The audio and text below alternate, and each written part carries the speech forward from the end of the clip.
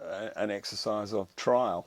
So it wasn't really about catching the right animal. It was just about getting used to the process. Yeah, yeah, and it wasn't necessarily. There's another thing I think the public didn't quite get.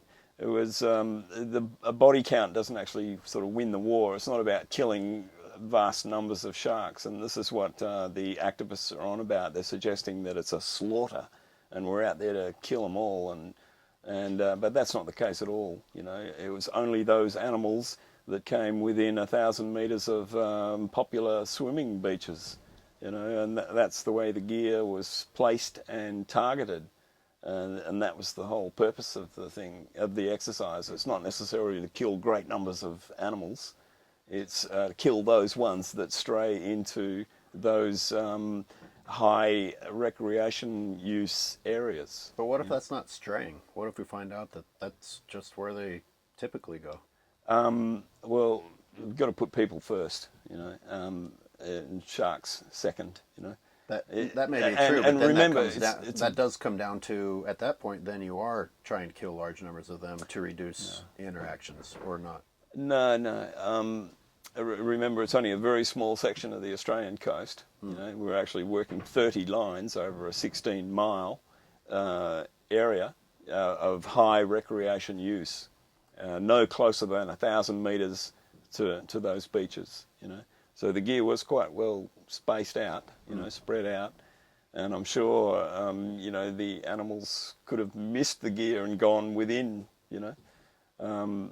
But that was the idea. It was to get us out there, you know, in the public eye, and to take some action, you know, on this, what has become an issue here in Western Australia, and demonstrate that mitigation, or demonstrate that you know, the government is trying to do something to improve public safety and raise the level of awareness, and that all helps in terms of mitigation. You know. At this point, do you feel like you have actually improved public safety, or have you simply learned, you've been prepared to increase public safety during the right shark season? I think we have, you know, people talking about it, you know, and surfers are developing their own little strategies. So meaning this whole thing has created awareness. Yeah, created awareness, and that's a mitigating factor. You know, you create awareness, get people talking about it, make them a little more conscious of the threat, and encourage them to develop their own strategies, or be, you know, a little more comfortable, a little more prudent as to where they go in the water and at what times. You know, I've heard the comment that just seeing us out there gave some of the surfers a little more comfort. You know, that maybe they enjoyed their water sports a little more by the fact that there's a protection mechanism out there. So, you know, think more about the surfing than about the sharks, you know, that sort of thing. I don't know what it's like. I bought a shark shield, a shark protection device, and, you know, we do a lot of snag trapped diving, and also working on our moorings, and, you know, I felt a little more comfortable because I was wearing this device. Whether it actually worked for me or not, it was a placebo effect. We didn't really know whether it was going to work or not, but I did feel more comfortable wearing it. You know, I thought, well, I've done the best I can, best available to promote some protection. You know. And a lot of the commercial abalone divers here in Australia use them.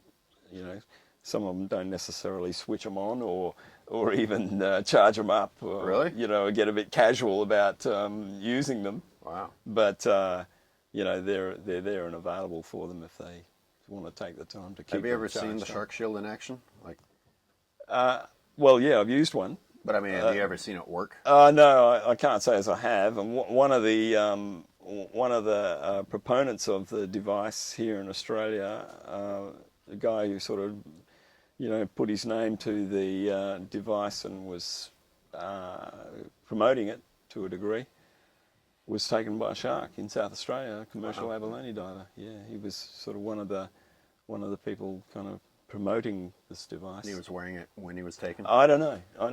That's I'm really not sure.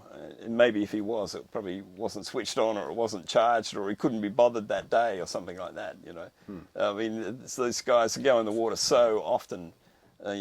Commercial working diver fishermen, and they get a bit casual sometimes. What else is on your mind after this? After this, more marine science support work. That's what I'm trying to promote for myself and my vessel.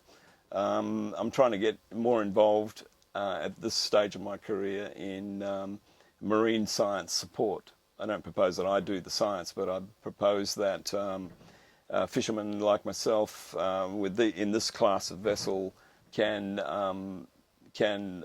help make a contribution to marine science in Australia.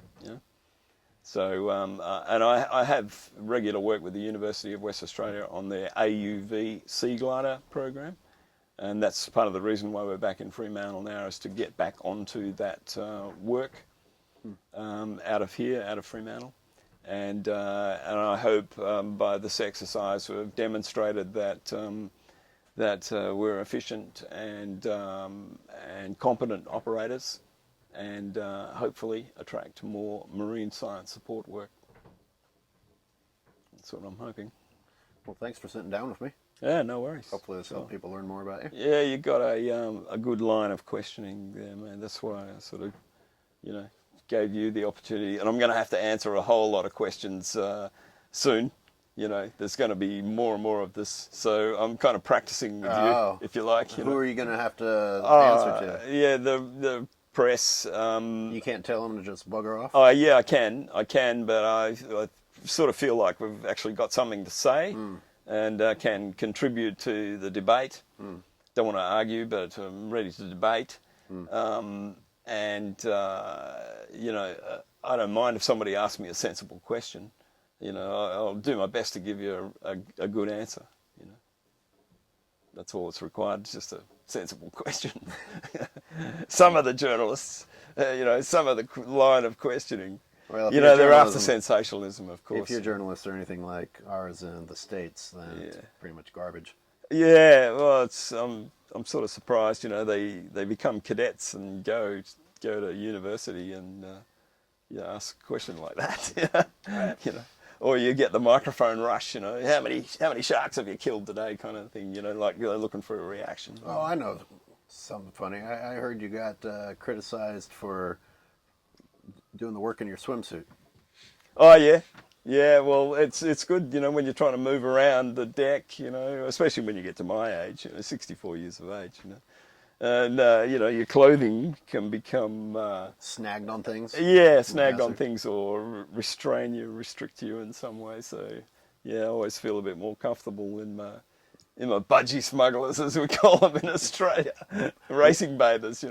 What was the first name? Budgie smugglers. Budgie smugglers. Yeah. I can guess what budgie means, even though I haven't heard of it before. Yeah, but... Well, it's a reference to what you conceal when you've got your racing bathers on. Were you forced to... Budgie smugglers. Can you believe it? Were you forced to start wearing more clothing after that? No, not really. In fact, I thought I was pretty well dressed. We noticed the activists were always wearing black, so we chose to always wear white, Oh. If it was going to be one of those them and us kind of things, Oh. We thought, okay, if it's good guys or bad guys. Does that mean all the activists were Sea Shepherd people, or they just happened to be in black? Well, it appeared that there was a lot of black being worn. Uh-huh. So that was our strategy. But Brock didn't always follow it. What'd you wear, Brock? The dress code. There was this, or a black shirt, maybe a white shirt. Yeah. The dress code for the shark cull. I wonder if there will be one next year. Yeah, I wonder. Yeah, I wonder. All right, this is your chance. If there's anything else you want to say. No.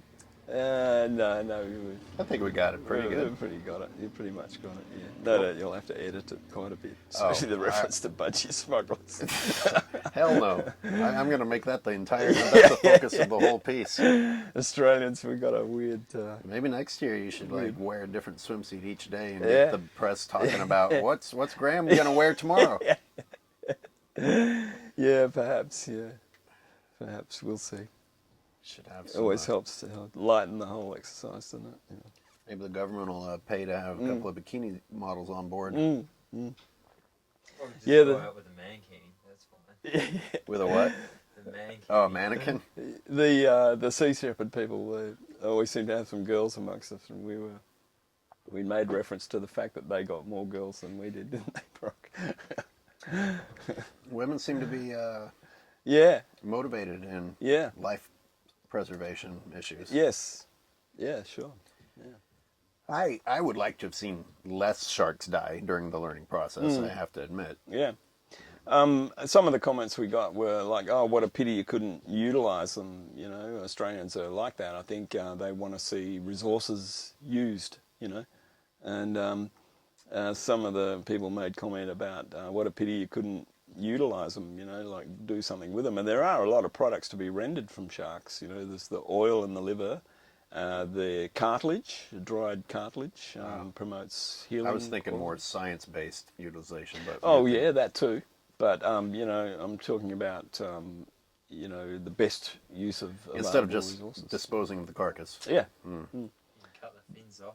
fins. Yeah, yeah. Fins are worth a lot of money. I dare you to come and on there the is a camera and say legitimate that one. there's a legitimate. Who would you sell finning the fins to?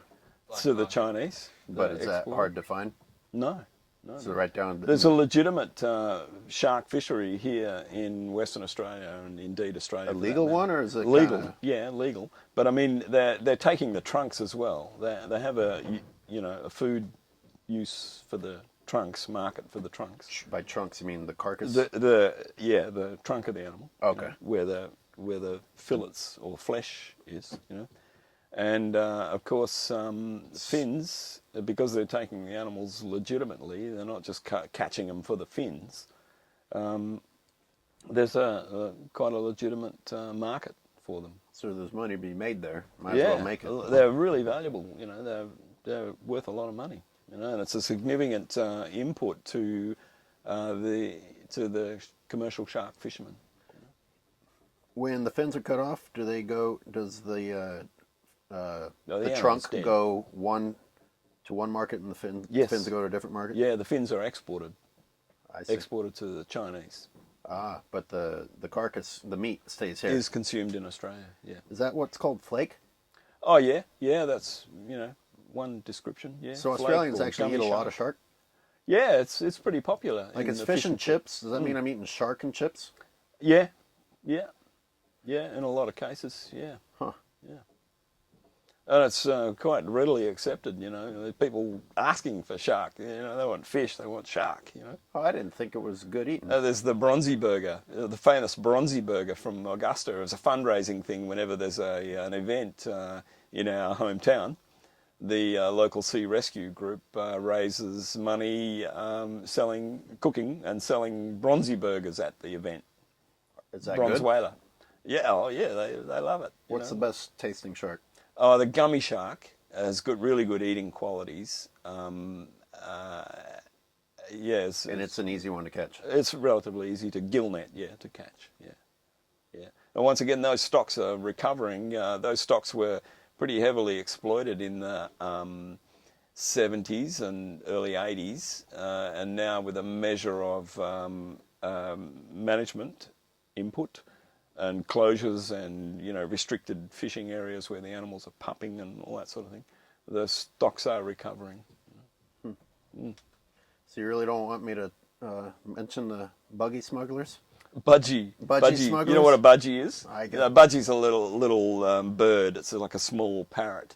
Budgerigar. A budgerigar. It's like a little bird. That's weird. How did that Well, saying get started? Budgie smugglers. That's it's a reference. Did they used to smuggle those birds?